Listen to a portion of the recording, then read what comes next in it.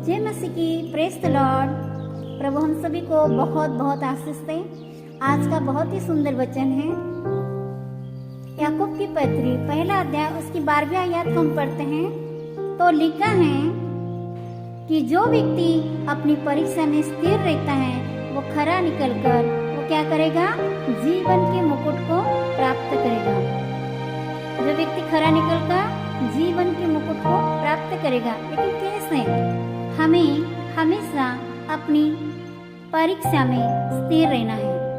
चाहे वो परीक्षा किसी भी रूप से हो सकती है, चाहे वो परीक्षा बीमारी हो सकती है, अपघात हो सकता है, हमारे ऑफिस में सताव हो सकता है, अपने लोग हमें सता सकते हैं। इस तरह की परीक्षा हमारे जीवन में आती है, तब हमें कैसे रहना है? परीक्षा में एवरी टाइम हमें स्थिर रहना है। अपनी परीक्षा में हमें स्थिर रहना है। जैसे कि हम देखते हैं कि जैसे सुनार सोने को आग में तपाता है और वो तपने के बाद वो खरा निकलता है और चौक का सोना दिखता है, वैसे ही प्रभु का वचन है। वैसे हमारा जीवन भी है कि हमारे जीवन में कहीं कठिन प्रसंग आ सकते हैं, कहीं कठिन परिस्थितियां आ सकती हैं, लेकिन हमें स्थिर रहना है। प्रभु के वचन में कैसे रहना है? स्थिर रहना है।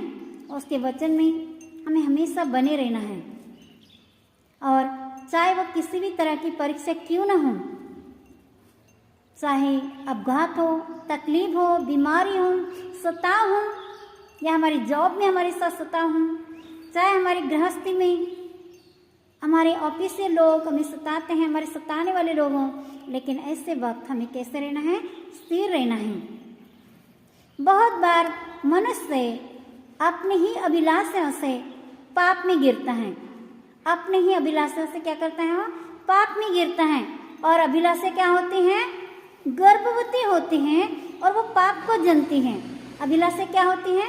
गर्भवती होती हैं और पाप को जनती हैं और पाप बढ़ जाता है। और पाप बढ़ने के कारण मनुष्य के जीवन में क्या आता है? मृत्यु आता है। इसलिए मेरे प्रियो, हमें इन सारी बातों से बचने के लिए हमें क्या करना होगा? प्रभु के वचन में स्थिर रहना है। अपनी हर परीक्षा में हमें क्या रहना है? स्थिर रहना है।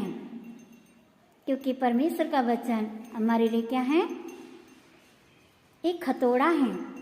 परमेश्वर हमें बनाता है, हमें सिखाता है। इसलिए मेरे प्रियो, हमारे जीवन में किसी भी तरह की परीक्षा क्यों न हो, लेकिन हमें परीक्षा में स्थिर रहना है। हमारी परीक्षा में हमें क्या करना है? स्थिर रहना है। अपनी शारीरिक अभिलाषाओं को हमें